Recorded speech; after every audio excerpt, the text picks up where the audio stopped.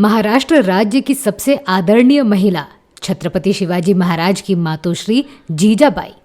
महाराष्ट्र की भूमि पर राजमाता जीजाबाई की ऐसी छाप है जो कभी मिट नहीं सकती।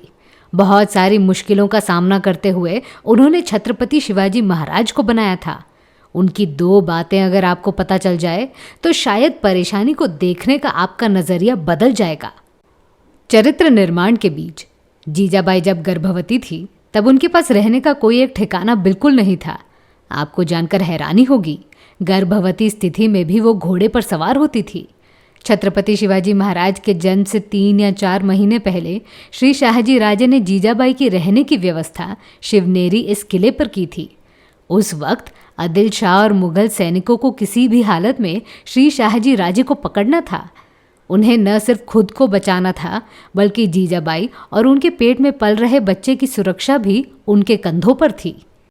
सुरक्षा के लिहाजा जीजाबाई को शिवनेरी छोड़कर श्री शाहजी राजे आगे निकल गए। इसके बाद जीजाबाई को भी ढेर सारी मुश्किलों का सामना करना पड़ा। बच्चे के जन्म के तुरंत बाद शिवनेरी छोड़कर जीजाबाई सह्याद्री के दुर्गम जगहों पर रहने लगी। किसी एक जगह पर रहना उनके लिए सुरक्षित नहीं था। इन्हीं परिस्थिति में उन्होंने अपने बच्चे को लिखना और बोलना सिखाया। जीजाबाई ने छत्रपति शिवाजी महाराज के दिमाग में महाभारत और रामायण का बीजारोपण किया।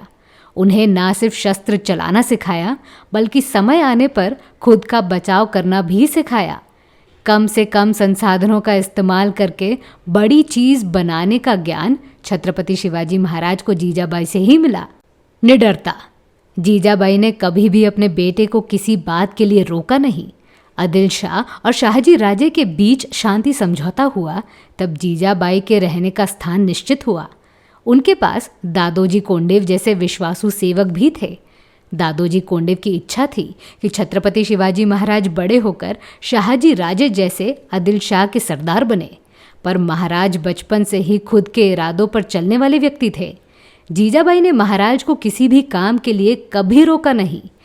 इतनी छोटी उम्र में महाराज ने तोरना जैसा किला रिश्वत देकर जीता। जीजाबाई भली भांति जानती थी कि उनका बेटा हर काम सोच समझकर करता है। दुश्मन की विशाल सेना देखकर किसी भी मां का दिल डर से कांप उठता, पर इस मामले में भी जीजाबाई निडर थी।